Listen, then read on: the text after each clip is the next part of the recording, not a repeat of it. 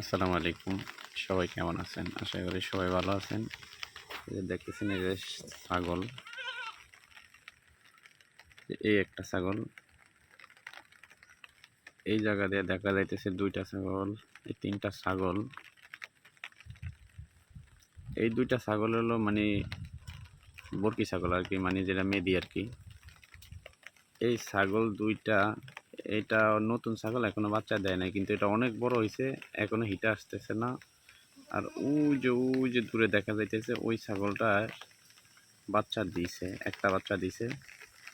এই যে এইটা হলো সেইটার বাচ্চা, অনেক বড় হয়েছে। কিন্তু